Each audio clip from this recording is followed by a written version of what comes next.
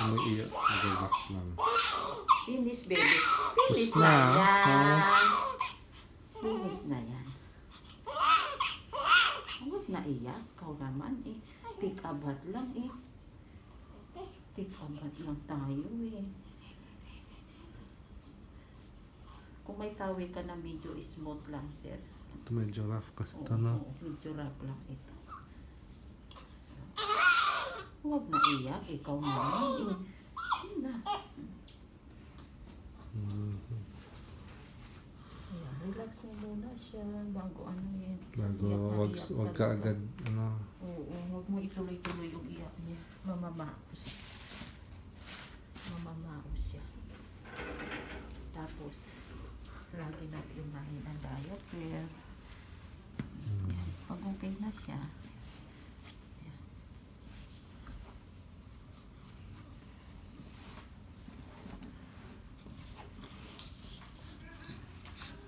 Hindi lang kasi ito flat. Hindi na ma-flat eh. Dapat flat to.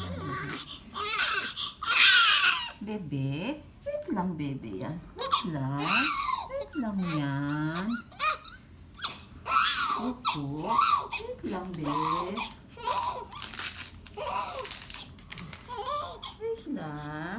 Yung ganyan, cotton buds lang pwede sa bahay. Cotton buds natin. Ito kasama ko sa hospital, eh, no? Opo. Tama yan.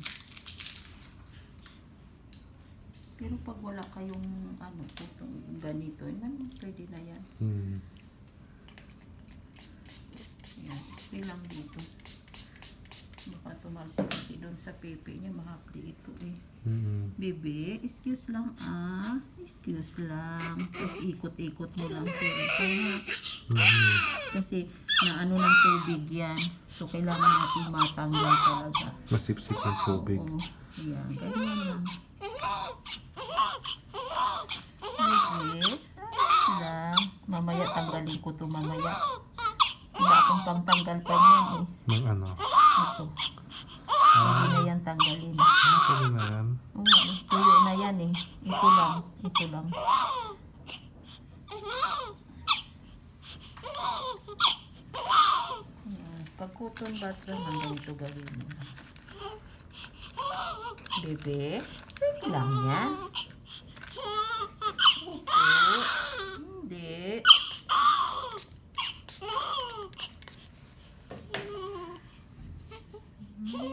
Hindi ba siya nasasaktan? Hindi. Malamig yan.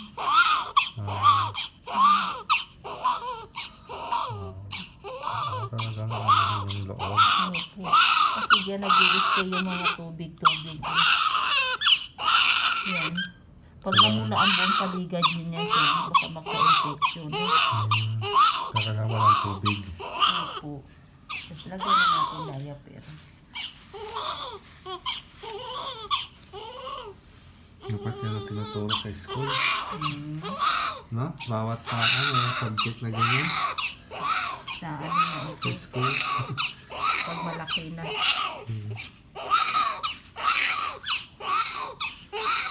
Pag nasa college na. Oo, dapat ituro yan. Sama sa curriculum. Opo. Ikaw naman eh. I-clean lang natin ang ito. Dito sir sa gilid lang ha. Para yung mga moist ng ano dyan, water. Kaya hindi ko papasok. Hindi, sa ano lang, ganyan. Outer ear lang. Oo, ganyan lang. Huwag ipasok sa loob. Oo, sarap yan eh. Tapos dito, ikot lang yan sir ha. Ganyan lang. Kasi kung may mga kulangot dyan, so ikot lang.